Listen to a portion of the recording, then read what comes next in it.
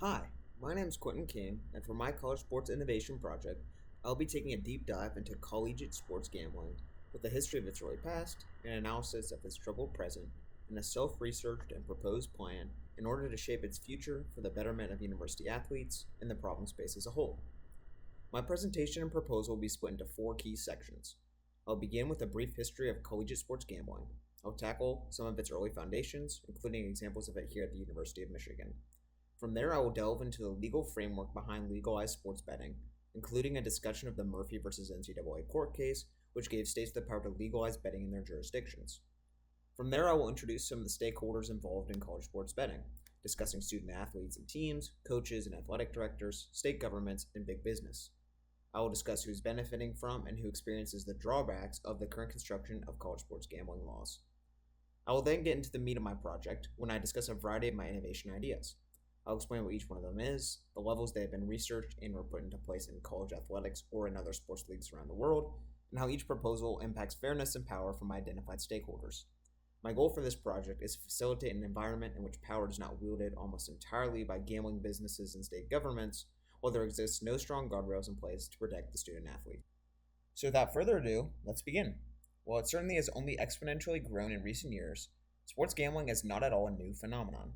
Gambling on ancient Greek and Roman sporting events was relatively common, particularly for large scale events like chariot races, gladiatorial combat, and ancient Olympic Games. Thousands of years later, and across the Atlantic Ocean, sports betting in the United States exploded to levels above that of ancient Greece and Rome. Early contests centered around horse racing, with the sport particularly exploding post Civil War. By the early 1920s, there existed over 300 racetracks throughout the United States, with thousands of betting facilities connected to the tracks via telegraph wires. In the late 19th century, professional baseball betting began to explode as well, only being curbed by the infamous 1919 World Series scandal, which saw several Chicago Black Sox players take bribes in order to intentionally lose the series against the Cincinnati Reds. At the same time as the growth of horse race and baseball gambling, the advent of collegiate sports was also taking place. And while it was still technically an amateur event, there were very much professional aspects to its foundation as well. The first intercollegiate athletic event was an 1852 rowing competition between Harvard and Yale that was created as a paid promotion, featured paid professional athletes, and compensated participants with free vacations.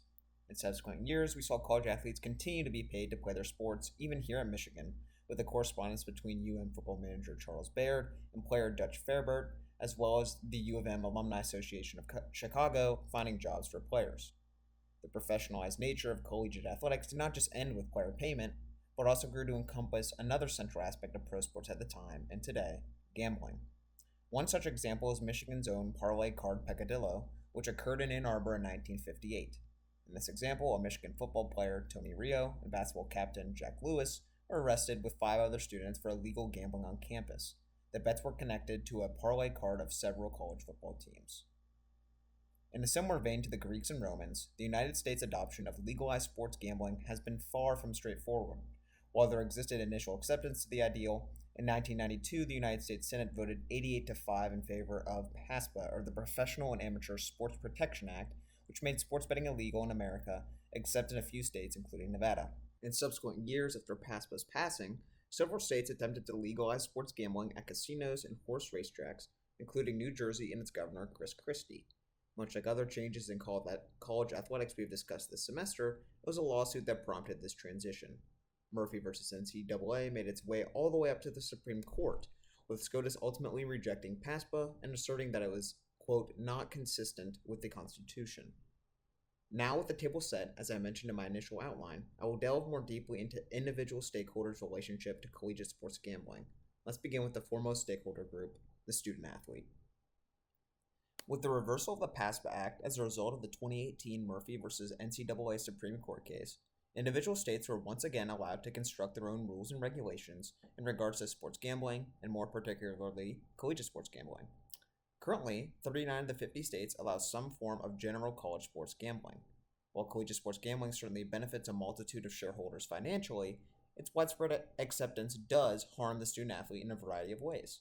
Widespread social media abuse, too little education on the addictive nature of sport gambling, particularly for highly competitive college athletes, and of course the possibility of illicit information being exchanged as well.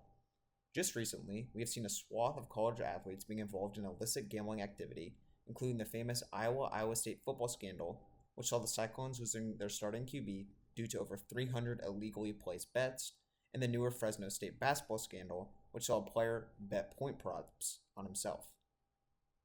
College athletes are not the only members of university athletic departments, though, who are affected by the widespread legalization of sports gambling in the United States. In a college athletics world of increasing rules and regulations related to the House settlement, collective engagement, and NIL representation, this innovation provides yet another problem departments must oversee: the education of their athletes to ensure legal and NCAA requirements related to gambling. Similar to college athletes, we've already seen instances of athletic department personnel engaging in illicit gambling activity, such as the case with former Alabama baseball coach Brad Bohannon, who worked with a colleague to place bets on his own team with insider information he had. Yet, athletic departments do stand to benefit from this arrangement, and that likely is why we haven't seen as much backlash from them as one might expect. Schools like MSU and LSU have themselves inked deals with betting businesses, such as Caesars Sportsbook, which can provide large sources of revenue for them moving forward. As Michigan Director of Player Development Chris Bryant asserted, college sports are becoming increasingly professionalized, and with it come the professionalized nature of the problems it must combat. Both Ohio State and UCLA's athletic departments recently have run red, and this result is even without the looming House settlement having gone into effect yet. A gambling partnership could be an easy way to offset some of these losses. On the other hand, betting companies, as well as state governments, certainly benefit from the implementation of legalized college sports betting. In 2024, sports betting hit an all-time high in the United States, with nearly $150 billion legally wagered. But to even allow these companies to garner such large revenues, state politicians had to approve formal legislation, which was justified by the over $2.1 billion in additional tax revenues state raised this year through legalized sports gambling. While there certainly exist a wide variety of drawbacks for student athletes, athletic departments, and the wider population alike as a result of legalized sports betting, the massive amounts of monetary revenue this practice brings in each year likely will make any type of sweeping legislation change rather difficult. Now, let's get to some of the fun stuff. After addressing the history of sports gambling, the legalization of sports betting in the United States, and the stakeholders involved in collegiate sports gambling, I now will dive into my two-pronged approach to make the landscape of collegiate sports betting a more equitable place for college athletes. I believe that if implemented, these proposals would provide a much healthier environment for college athletes to exist in, while simultaneously still giving state governments and betting companies copious amounts of revenue to enjoy. This result is ultimately one that I believe promotes greater fairness and power distinction for all parties involved. My first solution would be the evaluation of the university ability to partner with gambling or betting related companies. By evaluate, I suggest university officials, NCAA employees, and state legislators take a longer look at what it means for a university athletic department to partner with a gambling corporation and the signals that it would send. Initially, I was very much for the elimination of the ability for schools to partner with gambling firms for a variety of reasons. I have now mentioned several times in this presentation how several universities, such as LSU and MSU amongst others, have recently partnered with betting companies. Shortly after LSU's partnership with Caesars several years ago, students in Baton Rouge, even those under the legal age to gamble, received an email urging them to place their first bet with Caesars. According to a study by the University of Buffalo, 1 out of 10 college students are pathological gamblers, with college athletes being at an even greater risk due to their predisposition for competition and desire to win. The widespread advertisement of gambling opportunities to young adults at such impressionable times in their lives could be absolutely catastrophic to their development. However, after talking with Mr. Brad Feinberg, a sports betting expert and professional, I have a better idea for some of the nuances that are scattered throughout this issue. So to me, if that money can help like the fifth man on LSU, where he now can make like 50 grand who's making nothing, I'm all for it. I'm like, that's great. Good for that kid. And maybe that $50,000, while it's not taking him to heaven, uh, whatever, it can help him or his family or who knows. Okay. So if it helps the college as student athlete and can help them and their finances, I'm all for it. Because I grew up watching the NCAA, in my opinion, trounce over these kids' rights. And I mean, Certainly, trounce. yeah, I hated them. I still do hate them. yeah. So I always want the athlete to benefit as much as possible. Now, again, you say, could there be something nefarious where, like, all right, the casino gets in bed with an institution, and it leads to something potentially where one of the student athletes is like, oh, MGM, let's just say, is sponsoring us. The kid like then gets invited. He's 21. He gets invited to like an MGM function, or there's a team thing. Meet the LSU basketball team at MGM. I don't know if they have stuff like that, and a kid then takes a couple $1,000s and loses a game like which he never would have done. Yeah. Because now he's at the MGM because there's some function. That could be something, but I don't know. I don't know if the sponsorship would ever mean there actually be an interaction with the team, as opposed to just putting a logo on your arena. Yeah. And yes. Yeah. Never have to yeah. deal with us. Yeah. If it is those partnership deals are helping, putting the money eventually going back into the kids. Yeah. How can I argue it? Well, yes, gambling partnerships certainly can harm students, as Mr. Feinberg pointed out to me. If they're controlled, they can provide another source of revenue for athletic departments, which may make the process of revenue sharing and athlete compensation that much easier. To make matters even simpler, a variety of stakeholders involved in similar scenarios have taken a similar, more nuanced approach to how they want to move forward with gambling partnerships. The CEO of FanDuel, Amy Howe, has stated that her company does not plan on getting into the collegiate partnership business anytime soon. Additionally, some major sports leagues around the world are even beginning to limit the extent to which organizations can partner with betting firms. Beginning at the conclusion of the 2025-2026 campaign, England's Premier League, a league we have discussed several times in this course in regards to plans on the restructuring of college football, has decided to get rid of betting-related shirt sponsors as a result of the potential detrimental effects it may have on youth viewership. I don't think getting rid of the partnership capability will best benefit the athletes. However, I certainly do believe a more comprehensive analysis of the effects of gambling sponsorships on viewership groups and a more detailed regulation of the landscape afterwards would benefit a lot of stakeholders involved. My second proposal centers around the disposal of college prop bets as well as the greater facilitation of athlete protection software on social media platforms. As Mr. Feinberg asserts, the allowance of prop bets can and has had very drastic effects on student-athlete well-being.